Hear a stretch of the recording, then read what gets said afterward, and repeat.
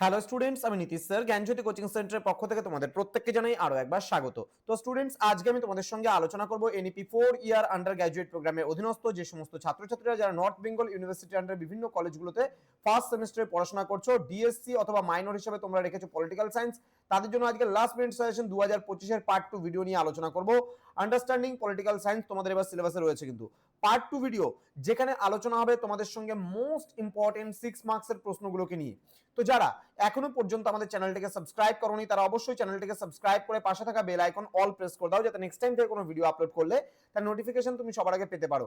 এছাড়া যারা ভাবছো যে অনলাইনে আমাদের ক্লাস জয়েন করবে, নোটস নেবে, তারা অবশ্যই যোগাযোগ করবে আমাদের অফিসিয়াল নাম্বার 7076398606 নাম্বারে অথবা 6295916282 নাম্বারে। তোমাদের টোটাল কোর্স ফি রয়েছে তোমাদেরই সাধ্যের মধ্যে। যারা মেজর কোর্সে রয়েছে 1199 পুরো সেমিস্টারের কোর্স ফি অল সাবজেক্ট, এবং যারা মাল্টিডিসিপ্লিনারি কোর্সে রয়েছে তাদের 699 রুপিস পুরো সেমিস্টারের কোর্স ফি অল সাবজেক্ট। তো দেরি না করে আজই যোগাযোগ করো আমাদের সঙ্গে এবং যুক্ত হয়ে যাও আমাদের অনলাইন ক্লাসে।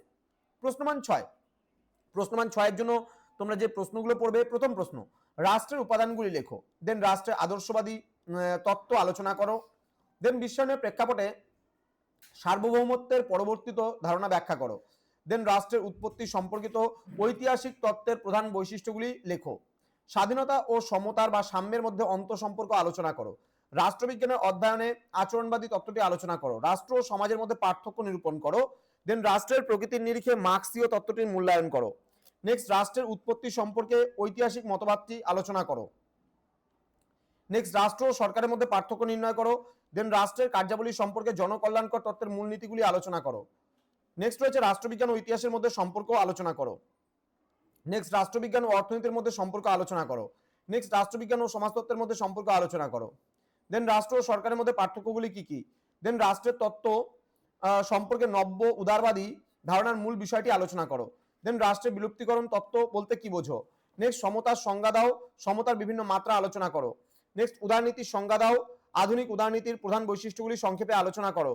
নেক্সট, বহু সংস্কৃতিবাদ বলতে কি বোঝো, বহু সংস্কৃতিবাদের বৈশিষ্ট্যগুলি লেখো। নেক্সট রয়েছে লাস্ট প্রশ্ন, স্বাধীনতা ও সাম্য কি একই সঙ্গে সমাজে অবস্থান করতে পারবে। তো এই কয়েকটা প্রশ্ন তোমাদের কিন্তু পড়ে যেতে হবে। এই কয়েকটা প্রশ্নের মধ্যে ম্যাক্সিমাম প্রশ্ন তোমাদের মোটামুটি 50%, মানে তোমাদের মোটামুটি 10 থেকে 12টার মতন প্রশ্ন কিন্তু তোমাদের হয়ে যাচ্ছে। যে বড়গুলো তোমরা 15 নম্বরের প্রশ্নগুলো পড়েছো সেখানেই কিন্তু হয়ে যাচ্ছে।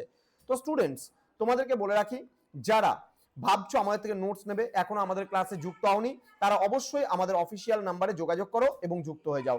দেখা হচ্ছে তোমাদের সঙ্গে খুব তাড়াতাড়ি আরো একটা নতুন ক্লাস নিয়ে। তোমরা প্রত্যেকেই ভালো থেকো, সুস্থ থেকো। Thank you so much, thanks for watching after all, thank you.